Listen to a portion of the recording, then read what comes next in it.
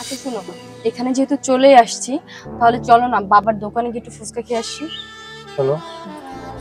কি ব্যাপার রাজ, তুমি বাবার সাথে কথা বলছো না কেন, সালাম দিচ্ছ না কেন? এটা কোন ধরনের বেয়াদবি?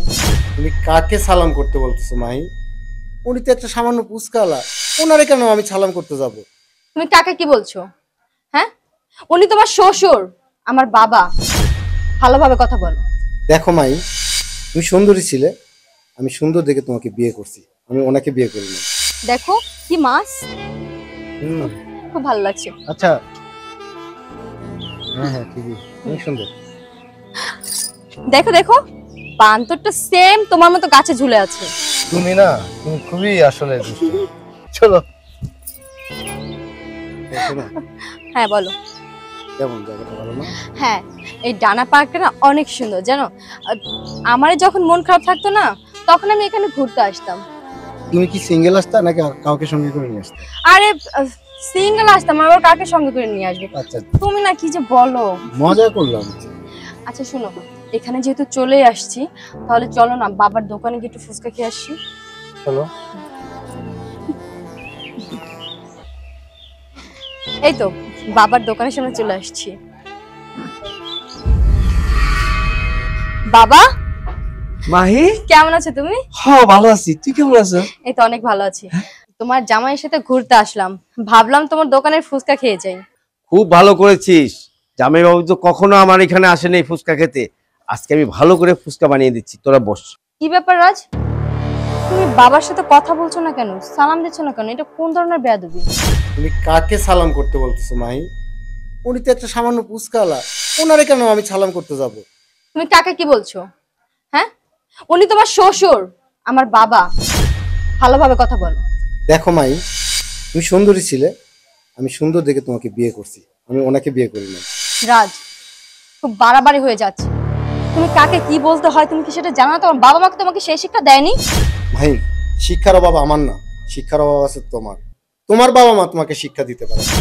বিগত 1 বছর হচ্ছে তোমার আমার বিয়ে হয়েছে, তুমি আমার বাবা মার সঙ্গে যে দুর্ব্যবহারগুলো করছো, তুমি কি একটাবারও আমার বাবা মার সঙ্গে ভালো ব্যবহার করছো?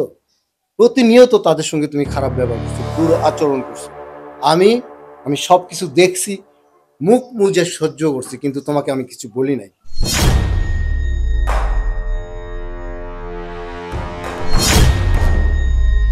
কি ব্যাপার বাবা, আপনাকে সে কখন বলেছিলাম বাজারে যেতে? আপনি এখন এখানে বসে বসে তৌজু করছেন। এই যে দুপুর হয়ে যাচ্ছে, আপনি খাবেন কি? দুপুরটা আমি তো ঠিকই বলেন যে বৌমা আমার খুব ক্ষুধা পেয়েছে, আমাকে খেতে দেন। খাবারটা কোথা থেকে আসবে? বৌমা, শরীরটা খুব অসুস্থ, তাই গো এবার একটু সহযোগিতা করতে হবে। আপনাকে যখনই যে কোনো একটা কাজের কথা বলি, আপনি নতুন নাটক শুরু হয়ে যায়, বাহানা শুরু করে দেন। আপনি আপনি আজকে এই অবস্থা, কালকে এই অবস্থা, আপনি অসুস্থ কেন?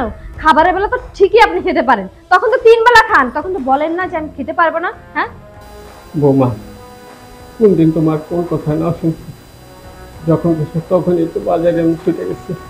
দেখেন, আপনি কিন্তু বেশি কথা বলতেছেন। আমি আপনার এত কথা শুনতে চাই না। আপনার ছেলে আপনাকে টাকা দিয়েছে বাজার করার জন্য, আপনি বাজারের ব্যাগটা নিয়ে সুন্দর মতো বাজারে যান। আমি আসলে আপনার সঙ্গে খারাপ আচরণ করতে চাই না, প্লিজ আমাকে ক্ষমা করে দিবেন। আমি শুধু ওকে বোঝানোর জন্য আপনার সঙ্গে দুর্ব্যবহার করছি, প্লিজ আপনি আমাকে ক্ষমা করে দিবেন। না বাবাজি, তোমার কোনো দোষ নেই, সব দোষ আমার মেয়ের। আমার মেয়ে বলে যে আমি মেয়ের সাপোর্ট করবো তা না। অন্যায় করেছে আমার মেয়ে, যে নাকি তার শ্বশুরকে সম্মান করতে পারেনি, সে আমাকে কি সম্মান করবে? হ্যাঁ, আমি এটার পক্ষপাতী না। বাবা, তোমার কথা যুক্তি আছে। দেখো রাজ, আমি এতদিন যা করেছি সব ভুল করেছি, তুমি আমাকে ক্ষমা করে দাও। আজকের পর থেকে তোমার বাবা মানে আমার বাবা মা। চলো আমরা বাসায় যাব। বাবা, আমরা যাচ্ছি। চলে যাবি? কি কর, ফুচকা খাবি না? না বাবা, আমি একা ফুচকা খাবো না, আমার শ্বশুর শাশুড়িকে নিয়ে এসে তারপর আমরা একসাথে ফুচকা খাবো, ঠিক আছে? এই তো আমার মেয়ের মতো কথা বলেছিস। আসি আচ্ছা তাহলে বাবা। বাবা। হ্যাঁ আচ্ছা আচ্ছা, আসি তাহলে। আচ্ছা।